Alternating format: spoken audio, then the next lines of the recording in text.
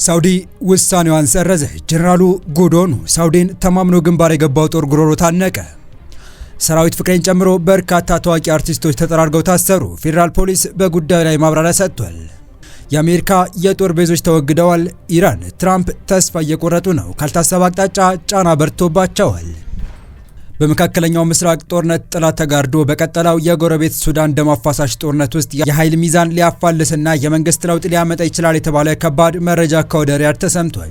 ሳውዲ በድንገት ውሳኔዋን መሰረዟን ተከትሎ ጀነራል አልቡራን ከባድ አጣብቂኝ ውስጥ ገብተዋል። ሳውዲን ተማምኖ ግንባር የገባው የጀነራሉ ጦር ጉሮሮ ያነቀ ነው ያስባለው ይኸው መረጃ እንዳመላከተው ስምምነቱ መሰረዟ በተፎካካሪዋ የተባበሩት አረብ ኤምሬትስ ለሚደገፈውና በትላንትናው ዕለት ወሳኛውን የኩርሙክ ከተማ ከአልቡርሃን ጦር ላይ ነጥቆ ወደ ካርቱም እየገሰገሰ ለሚገኘው የፈጣን ድጋፍ ሰጪ ፈጥኖ ደራሽ ኃይል ሰራዊት ያልተጠበቀ በረከት ሆኗል እየተባለ ይገኛል።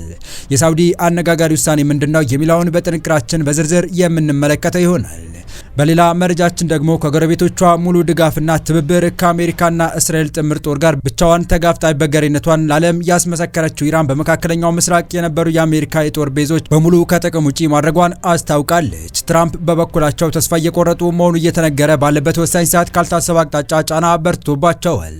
የዚህንና አንጋፋው የማስታወቂያ ባለሙያ ሰራዊት ፍቅሬን ጨምሮ በርካታ ታዋቂ አርቲስቶች ተጠራርገው ስለታሰሩበት ጉዳይ ፌዴራል ፖሊስ የሰጠውን ማብራሪያ የተሰማውን አክለን ይዘን ቀርበናል።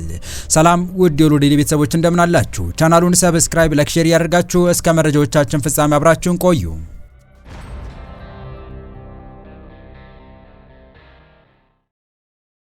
በቅድሚያም አንጋፋ የማስታወቂያ ባለሙያ ሰራዊት ፍቅሬን ጨምሮ በርካታ ታዋቂ አርቲስቶች ተጠራርገው ታስረዋል። አርቲስቶቹና ታዋቂ ግለሰቦቹ ተለቃቅመው ስለታሰሩበት ጉዳይ ፌዴራል ፖሊስ ማብራሪያ ሰጥቷል። አርቲስት ሰራዊት ፍቅሬ፣ መንሱር ጀማል፣ ልጅ ካሊድ፣ የኢቢኤስ ቴሌቪዥን መዝናኛ ፕሮግራም አቅራቢ ተዋናይ ዳንኤል ተገኝ፣ አርቲስት ይገረም ደጀኔና አብርሃም ግዛው ትላንት ምሽት በፌዴራል ፖሊስ ቁጥጥር ስር መዋላቸው ተሰምቷል። እነዚህ ታዋቂ ግለሰቦች በቁጥጥር ስር የዋሉት ፊንቴክ ከተባለ ድርጅት ጋር በመሆን መኪና እናስመጣላቸዋለን በሚል ማስታወቂያ በመስራት በርካታ ግለሰቦች ገንዘባቸውን እንደተጭበረበሩና መኪናም እንዳልመጣላቸው ስለገለጹ ነው። የፌዴራል ፖሊስ ሀገሪቱን እያነጋገረ ባለውና የበርካታ ዜጎችን ሀብት ባወደመው የፊንቴክ ኢንቨስትመንት የኤሌክትሪክ መኪና ሽያጭ ማጭበርበር ወንጀል የተጠረጠሩ ታዋቂ አርቲስቶችንና የማህበራዊ ሚዲያ ተጽዕኖ ፈጣሪዎችን በቁጥጥር ስር አውሎ ምርመራ መጀመሩን አስታውቋል። በዚህም መሰረት አንጋፋው አርቲስትና የማስታወቂያ ባለሙያ ሰራዊት ፍቅሬ፣ አርቲስት ዳንኤል ተገኝ፣ አርቲስት ይገረም ደጀኔና አርቲስት አብርሃም ግዛው እንዲሁም በቲክቶክና በማህበራዊ ሚዲያ ሰፊ ተከታይ ያላቸው መንሱር ጀማልና ወንድም ካሊድ በቁጥጥር ስር ከዋሉት መካከል ይገኙበታል። ዜናው እስከተጠናቀረበት ጊዜ ድረስ እነዚህ ግለሰቦች በዋስም ሆነ በነፃ ያልተለቀቁ ሲሆን ፖሊስ በጉዳዩ ላይ ጥብቅ ምርመራ እያካሄደ ይገኛል። የእነዚህ ታዋቂ ሰዎች መታሰር ዋነኛ ምክንያት ከተጠርጣሪው አጭበርባሪ ድርጅት ጋር በመተባበርና ማስታወቂያ በመስራት የህዝብን አመኔታ አላግባብ በመጠቀማቸው ነው። ድርጅቱ የቢዋይዲ ሴጉል የኤሌክትሪክ መኪናዎችን በ950 ሺህ ብር ቅድመ ክፍያ በ3 ወር ውስጥ አስረክባለሁ በማለት ከ450 በላይ ከሚሆኑ ዜጎች ወደ 600 ሚሊዮን ብር ገደማ ሰብስበው በመሰወሩ ህብረተሰቡ ላይ ከፍተኛ የኢኮኖሚና የስነልቦና ቀውስ ፈጥሯል። በቀጣይ መረጃ በመካከለኛው ምስራቅ ጦርነት ጥላ ተጋርዶ በቀጠለው የጎረቤት ሱዳን ደም አፋሳሽ ጦርነት ውስጥ የኃይል ሚዛን ሊያፋልስና የመንግስት ለውጥ ሊያመጣ ይችላል የተባለ ከባድ መረጃ ከወደ ሪያድ ተሰምቷል። ሳውዲ በድንገት ውሳኔውን መሰረዟን ተከትሎ ጀነራል አልቡርሃን ከባድ አጣብቂኝ ውስጥ ገብተዋል። ሳውዲን ተማምኖ ግንባር የገባውን የጀነራሉ ጦር ጉሮሮ ያነቀ ነው ያስባለው ይኸው መረጃ እንዳመላከተው ሳውዲ አረቢያ ለአልቡርሃን ጦር የጦር መሳሪያ ለማቅረብ የተስማማችበትን የሽያጭ ስምምነት ሰርዛለች። ሳውዲ አረቢያ ለሱዳን ጦር ልታቀርብ የነበረውን የጦር መሳሪያዎች ግዢ በድንገት ሰረዘችው።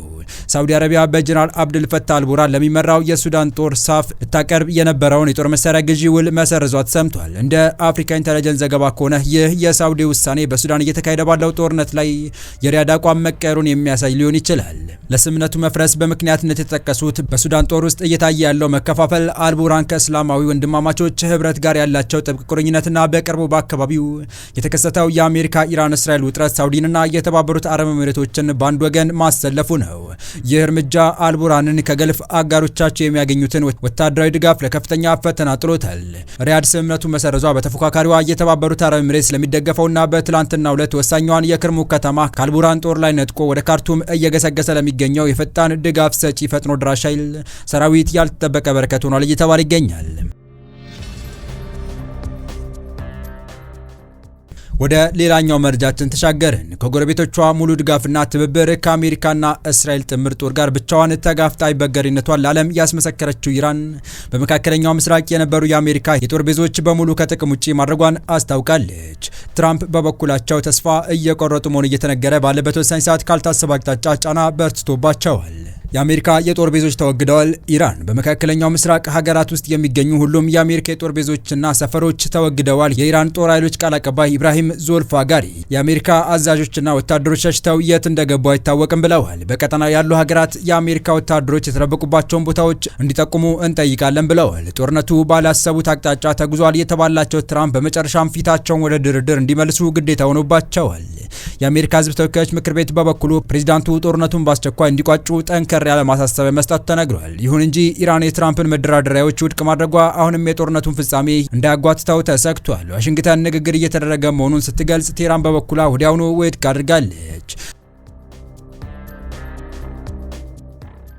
ያለመግባባት የሚያሳየው ሁለቱ ሀገራት ከዚህ በፊት ባደረጓቸው ድርድሮች ወቅት የተፈጠረን ጥልቅ አለመተማመን ነው።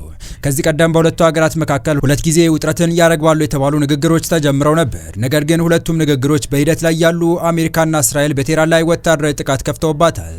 ከኢራን አንጻር ንግግር መጀመር ጦርነት ይከፍታል የሚለውን እድል አይቀንሰውም። እንዲያውም ጦርነቶች የተጀመሩት ንግግሮቹ እየተካሄዱ ባለበት ወቅት ነው። ለዚህም ነው የትራምፕ ንግግር በጥርጣሬ የታየው።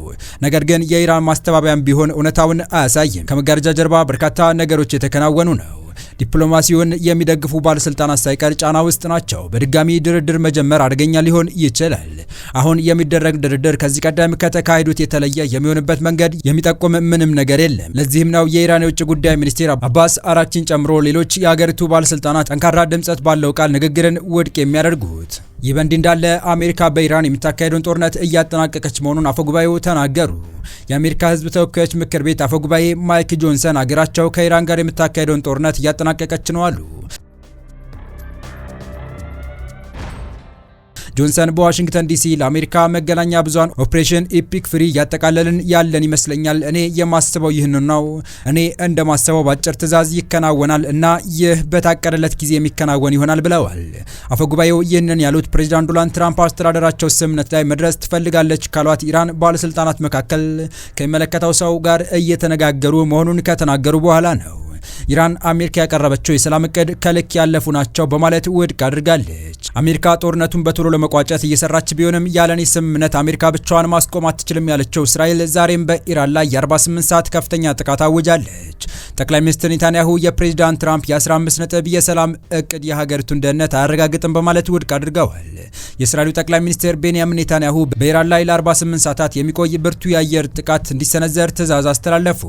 ጠቅላይ ሚኒስትሩ ይህንን ውሳኔ ያስተላለፉት የአሜሪካ ፕሬዚዳንት ዶናልድ ትራምፕ ለኢራን ካቀረቡት የ15 ነጥብ የሰላም እቅድ ጋር በተያያዘ በቴል አቪቭ በሚገኝ የምድር ውስጥ መሸሸጊያ በንከር ውስጥ ውጥረት የነገሰበት ስብሰባ ካደረጉ በኋላ መሆኑ ተገልጿል። እንደ መረጃው ምንጮች ገለጻ ኔታንያሁ የጦር ኃይላቸው በኢራን ውስጥ የሚገኙ ከፍተኛ ጠቀሜታ ያላቸው ኢላማዎች በሚቀጥሉት 48 ሰዓታት ውስጥ እንዲመቱ አዘዋል። የትዕዛዝ የመጣው ፕሬዚዳንት ትራምፕ ለቴህራን የላኩትን የ15 ነጥብ የሰላም ስምምነት ሰነድ የእስራኤል ባለስልጣናት ከመረመሩ በኋላ ነው።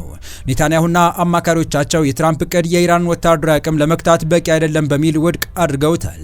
በስብሰባው ላይ የተገኙት ባለስልጣኑ እንደገለጹት እስራኤል ትራምፕ ከቴህራን ጋር ለዘላቂ ስምምነት ሊደርሱ ይችላሉ የሚል ስጋት ስላደረባት ስምምነቱ ከመጽናቱ በፊት ወታደራዊ እርምጃውን ለማጠናከር መርጣለች። የትራምፕ የ15 ነጥብ እቅድ ኢራን የኒውክሌር መርሃ ግብሯን እንድታፈርስ፣ የባሊስቲክ ሚሳኤል ክምችቷን እንድትቀንስና በጎረቤት ሀገራት የሚገኙ ተላላኪ ቡድኖችን መርዳት እንድታቆም ይጠይቃል። በምላሹም በኢራን ላይ የተጣሉ ማዕቀቦች በሙሉ እንደሚነሱ ይገልጻል። ሆኖም ኢራን ይህንን የሰላም ጥሪ የማትቀበለው መሆኑን በማስታወቅ ውድቅ ማድረጓ ተዘግቧል። በአሁኑ ወቅት የእስራኤል አየር ኃይል በቴህራንና በተለያዩ የኢራን ከተሞች ላይ ጥቃት መጀመሩ የተሰማ ሲሆን አሜሪካን በበኩሏ በሺዎች የሚቆጠሩ ተጨማሪ ወታደሮችን ወደ መካከለኛው ምስራቅ እያሰማራች መሆኑ ታውቋል። ቀጠና ወደ ከፋ ጦርነት ሊያመራ ይችላል የሚል ከፍተኛ ስጋትም ነግሷል። የተወደዳችሁ የቻናላችን ቤተሰቦች ለአሁኑ ለእናንተ ይመጥናሉ ብታደምጧቸው ታተርፉባችኋላችሁ ብለን የመረጥንላችሁ ዕለታዊ መረጃዎቻችን እስካሁን ያደመጣችኋቸው ነበሩ። በተመሳሳይ ሀገራዊና ቀጠናዊ ጉዳዮች እንዲሁም ዓለም አቀፋዊ የጂኦፖለቲካ ወታደራዊና አነጋጋሪ ክስተቶችን ለበረት ተከታትለን በትኩስ ይዘን እንደምንቀርብ እያሳወቅን የቻናሉ ቤተሰብ ካልናችሁ ሰብስክራይብ፣ ቪዲዮ ላይክ እና ሼር በማድረግ ተደራሽነታችን ታሰፉ ዘንድ አክብሮታዊ ግብዣችን ነው። አበቃን። ሰናይ ጊዜን ተመኘን።